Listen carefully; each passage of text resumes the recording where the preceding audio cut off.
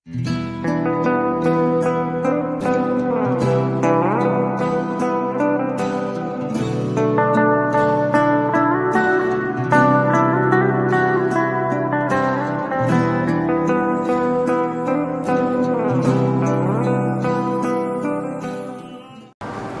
Dear student, good evening. Welcome to Joshi sir math point. मैं Joshi sir आज आपके लिए लेकर के आया हूँ। बच्चों की डिमांड भी है, काफ़ी पेरेंट्स के मेरे पास कॉल वगैरह भी आए, मैसेज आए। हम आज अपन जो करेंगे साथ साथ में 10th क्लास की वीडियो चल ही रही है, अल्टरनेट रूप से। अब 9th क्लास के भी अपने मैथ है वो डालना स्टार्ट हो जाएगा, फिर 11 की भी चलेगी, 12 की भी क्लास की भी मैथ है वो डाली जाएगी। ठीक है, सभी बच्चों के लिए अपन करेंगे। तो अपन जो आज स्टार्ट करने जा रहे हैं 9th क्लास के अंदर दूसरा जो चैप्टर है उसको पहले स्टार्ट करें, जिसका नाम है बहुपद और अंग्रेजी में बोलते हैं पॉलिनोमियल। 9वीं क्लास के अंदर दूसरा चैप्टर है बहुपद पॉलिनोमियल। तो पहले सभी बच्चे देखेंगे कि बहुपद होता क्या है, यानी कई बच्चों को तो पता ही नहीं लगेगा बहुपद किसे कहते हैं। तो देखो, विशेष प्रकार का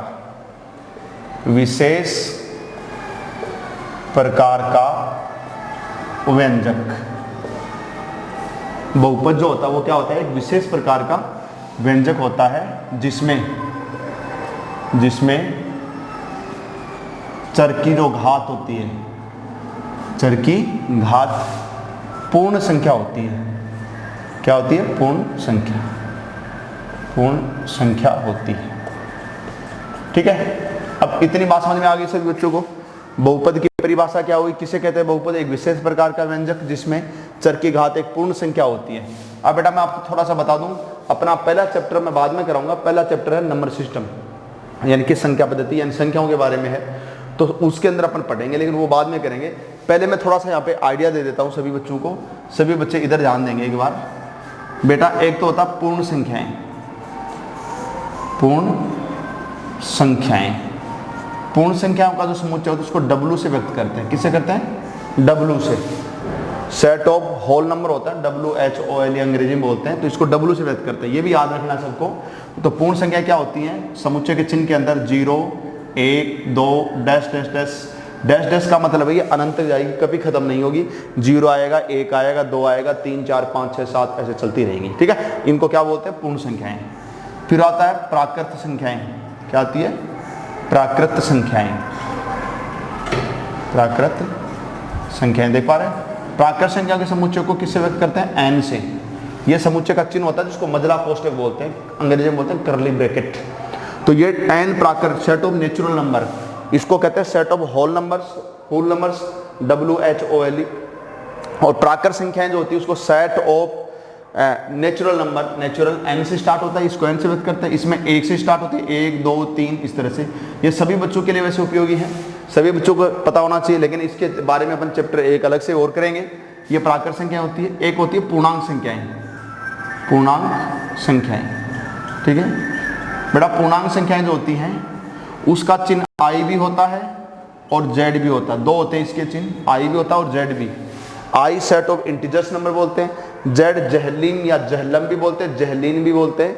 तो ये अपन पहले चैप्टर में देखेंगे। ठीक है, तो पूर्णांक संख्याओं के समुच्चय को कहाँ से स्टार्ट होता है? इसमें बीच में 0 होता है, इधर दाईं साइड में 1, 2 डैश डैश प्लस वाले इधर आगे बढ़ते जाएंगे, इधर इस साइड में -1, -2, -1। देख पा रहे हो?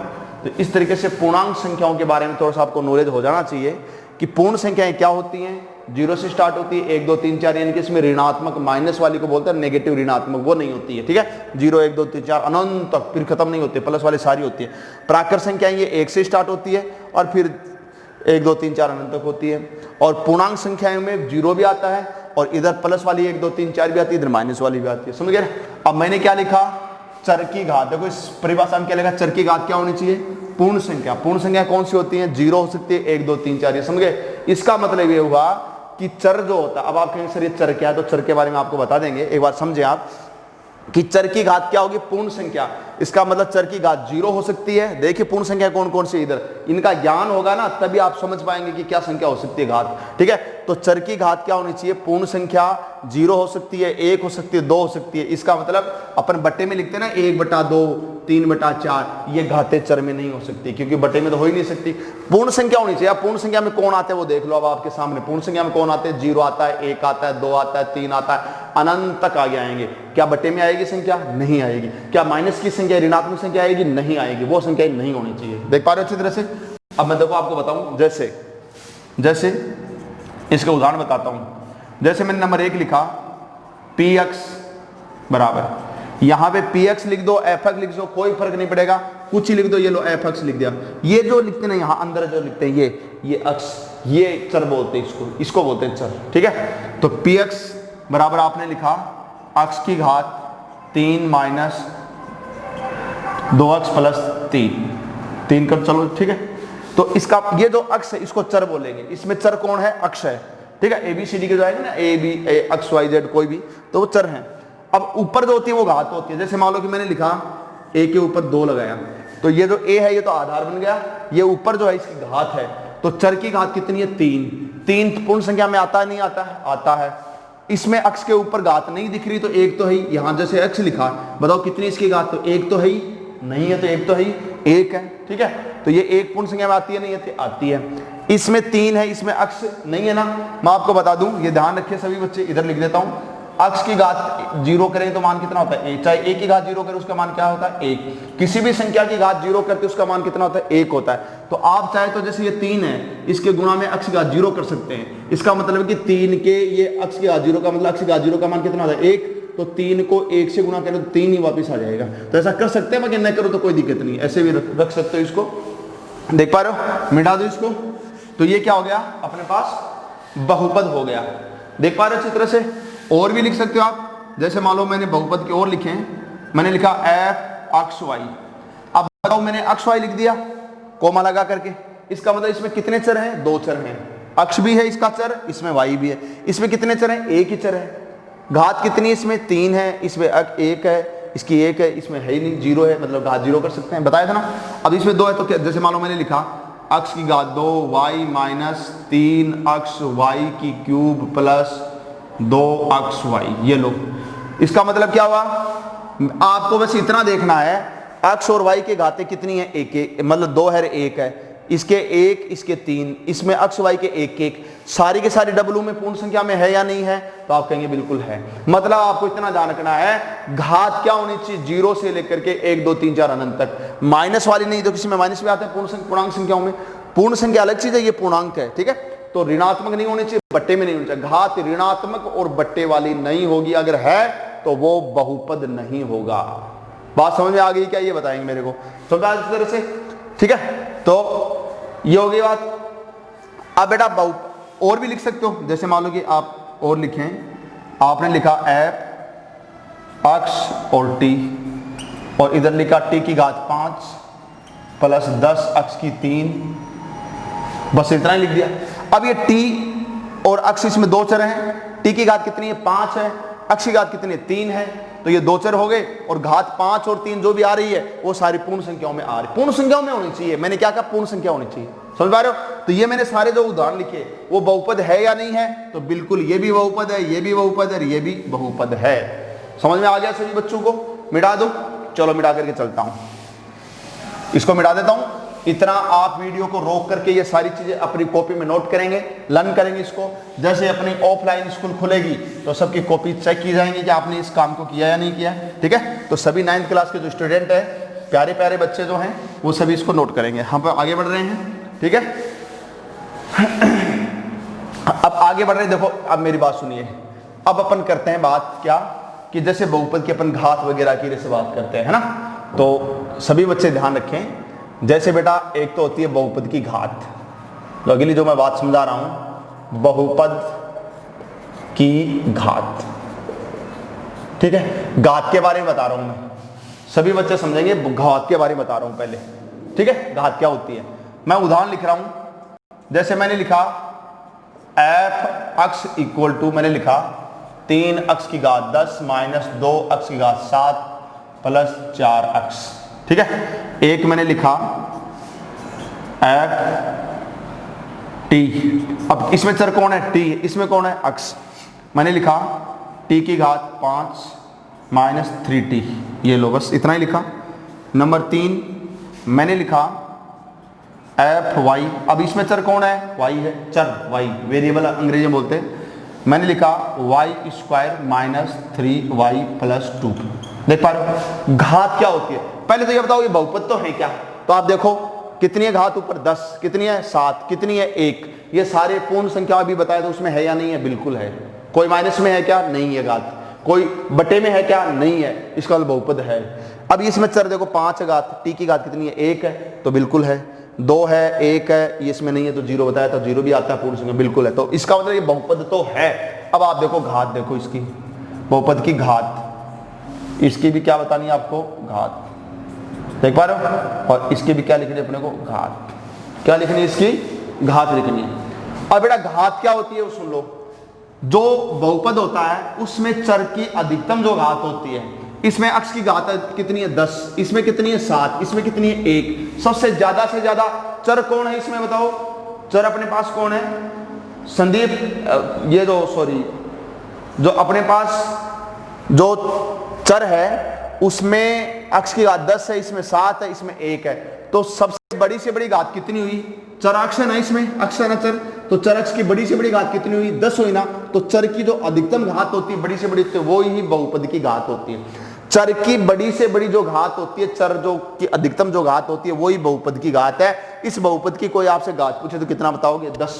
अब बताओ इसमें चर कौन है, टी है, तो टी की घात इसमें 5 है, इसमें कितनी है 1 है, तो बताओ बहुपद की घात क्या बोलेंगे, हम किसकी बात कर रहे हैं, बहुपद की घात की बात कर रहे हैं, ये बहुपद ही तो है, पॉलिनोमियल बहुपद। इसकी घात कितनी बताओगे तो टी की घात 5, इसमें 1 है तो बड़ी कितनी है 5, तो 5 कर दो। इसमें देखो ये इसमें चर कौन है, वाई है, इसकी घात 2 है वाई की, इसमें कितनी है 1 कर सकते हो, इसमें नहीं है तो 0 कर सकते हो, करो तो, और न करो तो भी छोड़ सकते हो, मैंने बताया इसको हटा भी सकते हो, हटा भी सकते हो, ठीक है, क्योंकि घात 0 तो उसका मान 1 होता है। अब अधिकतम कितनी घात 2 है तो घात कितनी होगी 2।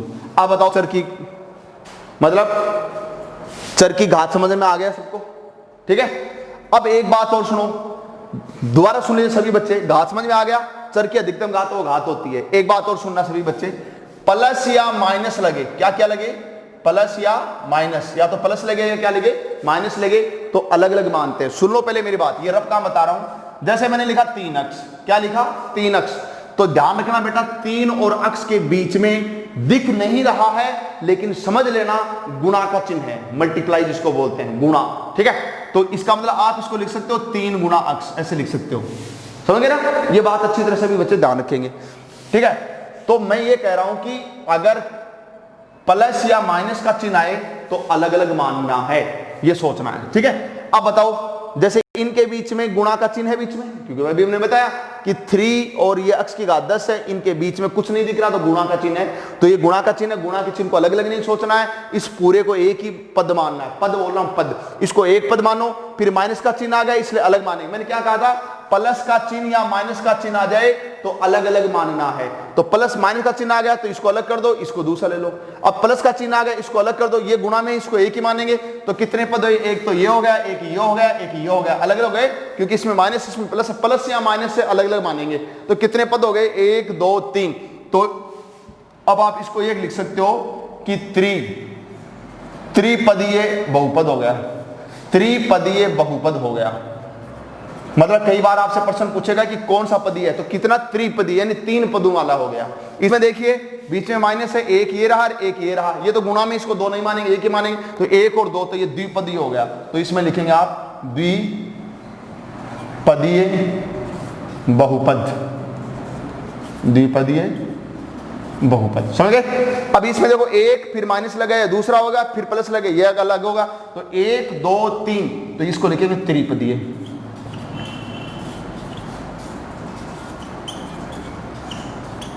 समझ पा रहे हो, तो ये त्रिपदीय बहुपद हो गया, समझ गए। तो पद की घात देखना आ गया और अलग अलग गिन करके पद बताना होगा, एक पद का एक पदीय, 2 पद का द्विपदीय, 3 पद का त्रिपदीय, समझ गए। तो ये हो गया, देख पा रहे, मिटा दूं, चलो इसको मिटा के चल रहा हूं आगे, अगला बात बता रहे हैं इसमें, चलो इसको मिटा देते हैं। एक बेटा क्या होता है, एक होता है अचर बहुपद, अचर बहुपद, अचर बहुपद क्या होता है, अचर बहुपद बता दूं मैं आपको। अचर बहुपद क्या होता है, जैसे मान लो कि मैंने f(x) बराबर लिखा, केवल 5 लिख दिया, कोई अक्ष नहीं लिखा, कोई टी, मतलब चर इसमें कौन है, अक्ष है, लेकिन अक्ष लिखा नहीं है। अब बताओ इसमें क्या कर सकते हो, मैंने कहा था इसके गुणा में अक्ष का 0 लगा सकते हो। क्यों लगा सकते हैं, पहले तो ये बताओ देखो कि इसके गुणा में 1 कर सकते हैं, कर सकते हैं। 5 गुणा, अब 1 को अक्ष का 0 कर सकता हूं, बिल्कुल कर सकते, क्योंकि अक्ष का 0 का मान 1 होता है, ऐसा कर सकते हैं। तो इसको आप क्या लिख सकते हो, इसको 5, क्योंकि गुणा में, इसको ऐसे भी लिख सकते हैं। मैंने कहा ना कि इनके बीच में नहीं चिन्ह होता, वो गुणा में होता, ऐसे लिख सकते हैं। तो चर की घात कितनी आई, अधिकतम कितनी आई, 0 आई। तो ये जो बहुपद है इसकी घात क्या हुई, इस बहुपद की घात क्या हुई, घात हुई 0, बहुपद की घात क्या हुई 0। इसका मतलब ये हुआ कि वह बहुपद, इसका मतलब ये हुआ कि वह बहुपद जिसकी घात 0 है, वह बहुपद जिसकी घात क्या हो, 0 हो, क्या हो, और जिस बहुपद की घात 0 होगी ना, उसका मतलब है उसमें चर होगा ही नहीं। जैसे इसमें नहीं था, मैंने तो ऐसे अक्ष का 0 ऐसे लगा ही दिया, वापस अक्ष का 0 का मान 1 लिखेंगे, वापस 5 ही आ जाएगा, समझ गए। तो वह बहुपद, क्योंकि इसमें चर की घात अधिकतम 0 ही आई, तो 0 हो गई, 0 घात का हो गया, तो 0 घात वाला बहुपद, यानी कि वह बहुपद जिसकी घात 0 हो, अचर बहुपद कहलाता है। इसको क्या कहते हैं, अचर बहुपद, अचर बहुपद कहलाता है, कहलाता है। तो 0 घात वाला, 0 घात वाला जो बहुपद होगा उसको अचर बहुपद करेंगे। और भी ले सकते हो, और भी उदाहरण बोल सकते हो, जैसे मैंने लिखा fy बराबर 3 ही, केवल 3 ही लिखा, तो ये भी अचर बहुपद है, समझ गए होंगे। अब मिटा दो इसको, ठीक है, तो इसको अचर बहुपद बोलते हैं। एक और बता दो, मैं इधर ही लिख देता हूं, इधर दिख रहा होगा सभी को। एक होता है शून्य बहुपद, क्या होता है, शून्य बहुपद। बेटा नाम से पता शून्य बहुपद, तो fx बराबर केवल सीधा 0 ही, fx बराबर सीधा क्या लिख देंगे 0, इसको शून्य बहुपद बोलते हैं। 0 जो होता है वो शून्य बहुपद हो गया, ठीक है, तो इसको बोलते हैं शून्य बहुपद। देख पा रहे हो अच्छी तरह से, मिटा दो इसको अब। चलो मैं मिटा के चलता हूं, इतना हो गया। चलो आगे बढ़ते हैं, हम कर रहे हैं 9th क्लास की दूसरी एक्सरसाइज, बहुपद। बहुपद की जानकारी दी मैंने, कौन कौन से बहुपद हैं या नहीं है, ये जानकारी लेना। अब हम 9th क्लास में जो हमने आपको जानकारी दी है उसमें अपन 2.1 के क्वेश्चन करते हैं। देखो जो 2 एक्सरसाइज जो कर रहे हैं वो 2.1 कर रहे हैं, सभी बच्चे तैयार करेंगे इसको, रफ अपनी फेयर कॉपी बनाएंगे, उसमें नोट करेंगे। कोई बात समझ लेना है तो बाद में पूछ भी सकते हैं मेरे से, कॉल कर पर्सन पूछ सकते हैं, कॉल करके पूछ सकते हैं, कमेंट्स भी कर सकते हैं, यूट्यूब चैनल के ऊपर आपको बताएंगे, ठीक है। पहला क्वेश्चन क्या है मैं बता दूं आपको, क्वेश्चन है, सभी किताबें आपके पास होंगी, किताब में पढ़ना, मैं जैसे बोल रहा हूं वैसे किताब लेकर के बैठोगे और उसमें देखते करके पढ़ना। क्या बोल रहा है, निम्नलिखित में व्यंजकों में कौन कौन से एक चर में बहुपद है और कौन कौन से नहीं है, कारण अपना उत्तर देना। यानी आपको ये छांटना है कि कौन से बहुपद है या नहीं है। तो पहले मैं लिख देता हूं बेटा, पहले लिख देता हूं, ठीक है, 4x² माइनस 3x प्लस 7, ठीक है। दूसरा लिख देता हूं, दूसरा है y की घात 2 प्लस 2 की घात रूट। तीसरा लिख देता हूं 3t के ऊपर रूट प्लस t रूट 2, ठीक है। तीसरा लिख देता हूं y प्लस 2/y, ठीक है। सॉरी ये चौथा हो गया, तीसरा तो ये हो गया, चौथा ये हो गया, चौथा, ठीक है। और यहां पे इधर 5वां लिख देता हूं, 5 नंबर पे है x की घात 10 प्लस y की घात 3 प्लस t की घात 50। देख पा रहे हो, ये है।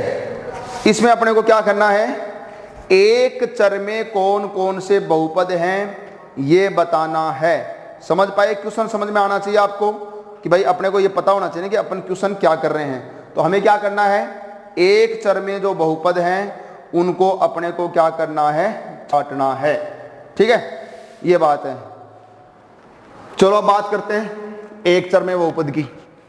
नाम देखो एक चर में, पहले ऊपर लिख देता हूं प्रश्न में क्या है, एक चर में बहुपद बताने, क्वेश्चन मार्क का मतलब बताना है कौन कौन से। एक ही चर होना चाहिए। पहले ये देखो इसमें कितने चर हैं, x अलग हो गया, y अलग हो गया और t, 3 चर हो गए ना, इसका मतलब ये नहीं है, बस नहीं है, ये एक चर में नहीं है। एक चर में बहुपद होना चाहिए, तो एक चर में ये नहीं है। देख पा रहे अच्छी तरह से, तो एक चर में बहुपद नहीं है, ठीक है। अब इसकी बात कर लेते हैं, अक्ष अक्ष अक्ष एक ही चर है, बिल्कुल है। मैंने क्या बताया था, एक चर में होना चाहिए, पहले एक चर में छाड़ना। बहुपद में घात क्या होनी चाहिए, क्या होनी चाहिए बहुपद की घात में, क्या बताया था, पूर्ण संख्या। पूर्ण संख्याएं क्या होती हैं पता था, 0 1 2 ऐसे अनंत तक कोई भी हो सकती है। तो देखो अक्ष की घात कितनी है, 2 है, उसमें मिलेगी 1 मिलेगी और कोई है नहीं। ये तो 0 कर सकते हो, 0 आएगा उसमें भाई। यहाँ तो मैंने बताया ना अक्ष की घात 0 लगा सकते हो ज्यादा ज्यादा और वो उसमें मिलेगा, इसको नहीं लगाना वैसे, ठीक है। तो ये अब आपसे ये पूछे कितने घात का है, तो मैंने कहा था चर की अधिकतम घात कितना है, ये 2 घात का है। एक चर में, चर एक ही है, अरे एक ही है ना, अक्ष है ना चर, इसमें एक ही चर है, तो 1 घात का हो गया, सॉरी 2 घात का हो गया, 1 चर में है, बहुपद है। क्यों है, क्योंकि चर की घात पूर्ण संख्या, चर की घात क्या होनी चाहिए, पूर्ण संख्या होनी चाहिए, ठीक है। तो ये 1 चर में बहुपद है, 1 चर में बहुपद है, ध्यान रखना। अगर इसकी घात पूछता तो कितनी बताओगे, 2, क्योंकि चर की जो अधिकतम घात हो वो घात बताने, थोड़ी देर पहले बताया था मैंने आपको, ठीक है। अब इसमें आ जाओ, अब एक चर ही है, देखो भाई ये तो संख्या है, संख्या पे ध्यान ही नहीं देना, चर पे ध्यान, भाई है एक चर है और घात ऊपर 2 है, वो इसमें है, पूर्ण संख्या में है, तो बिल्कुल आप इसको लिखेंगे 1 चर में बहुपद है, बिल्कुल है। इसमें आ जाओ, मैं आपको इधर बता दूं, सभी सुन लो अच्छी तरह से। अक्ष के रूट लगाते हैं ना, रूट लगाते हैं, सुन लो सभी बच्चे, अगर किसी को जानकारी नहीं है तो सुन लो भाई। क्या अक्ष के ऊपर ये जो चिन्ह लगाते हैं उसको अनरूट बोलते हैं, रूट भी बोलते हैं, अनरूट बोलते हैं। अक्ष ऊपर ये जो चिन्ह है इसको छोड़ दो, इसकी जगह 1/2 लगा सकते हो। मतलब ऊपर जो ये रूट का जो चिन्ह होता है इसका मतलब होता है 1/2 घात लगाना, यानी ये जो चिन्ह हटा दो इसकी जगह 1/2 लगा सकते हो। तो रूट का मतलब समझ गए कितनी घात होती है, 1/2। दोबारा बोल रहा हूं, ये रूट का मतलब कितनी घात होती है, 1/2 होती है। तो देखो इसको मैं क्या लिखूंगा, इसको लिखूंगा 3 t, इसके ऊपर रूट है उसको हटा दिया, ऊपर घात लगा दी 1/2, क्योंकि मैंने क्या बताया इस रूट की घात का मतलब कितना होता है, 1/2 होता है, आधा 1/2 प्लस ये 2 के ऊपर है रूट, इसको लगा रहने दो और ये t ऐसे कैसे लिख दो। अब देखो एक चर है, बिल्कुल देखो t एक ही चर है, एक तो चर है, कोई दूसरा अक्ष होना है, एक ये t एक चर है, ठीक है।